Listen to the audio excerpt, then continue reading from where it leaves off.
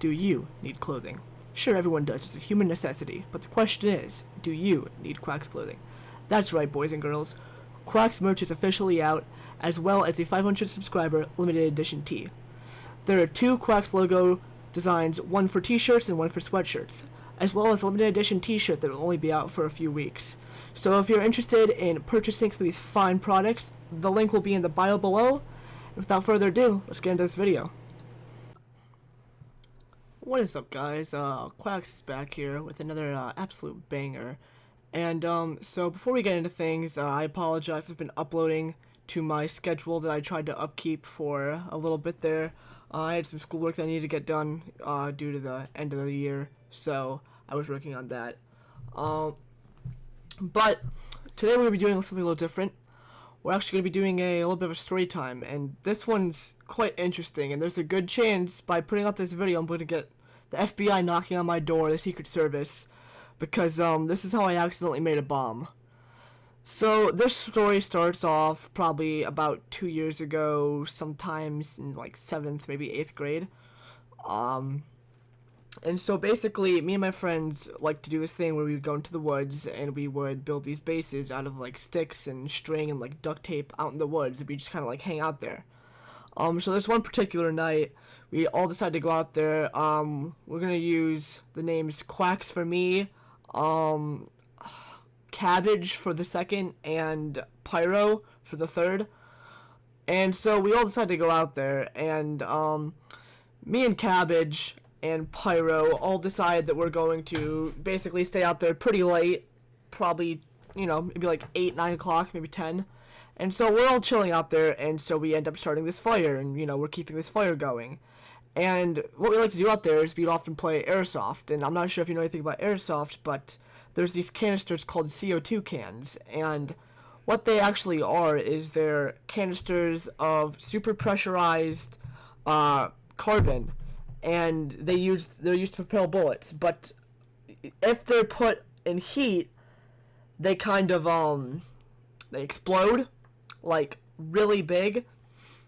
So we end up starting this fire, and we're like, you know, messing with the fire, making it get really big or whatever. And one of the CO2 canisters falls in there accidentally. And we're kind of, you know, laughing about it, thinking it's real funny or whatever. And so Cabbage ends up throwing in a second canister. Time passes, about 15, 20 minutes probably. And so we're just kind of sitting there and, you know, just enjoying shooting our airsoft guns or whatever. And I get up close to, like, blow on the fire to, you know, keep it going. And I kid you not, it was like a scene out of a GTA game.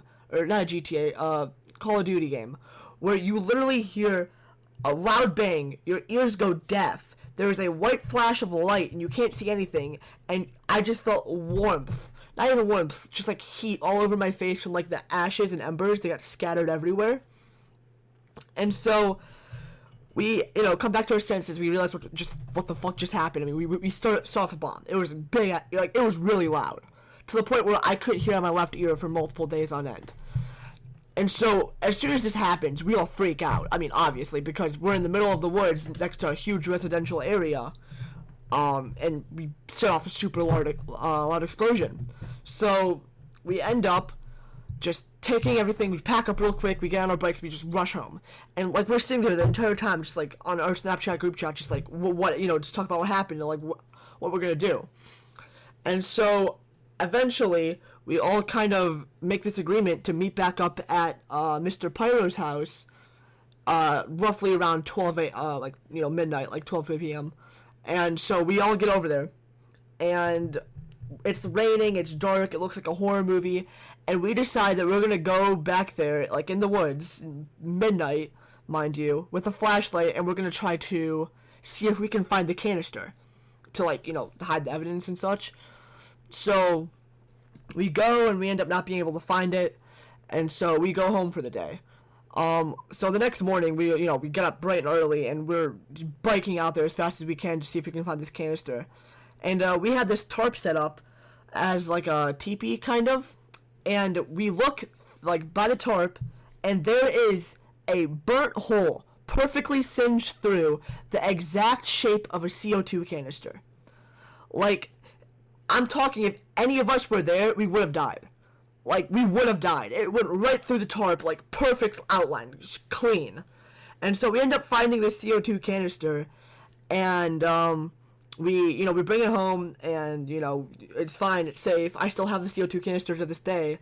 And we end up going to school, because that was on the weekend, so we end up going back to school for the weekday, and, we heard multiple kids talking, like, streets down, like, developments down, talking about how they heard a loud, like, bang during the weekend. And our entire group that knew about it all simultaneously shit their pants about this. But, I mean, that's the end of the story. How I almost lost my life to a CO2 canister. So, I mean, if you guys enjoyed it, tell me in the comments below. I might do some more of these. I mean, it was kind of fun. I have some more very interesting stories. But see you boys next time, and try not to catch corona.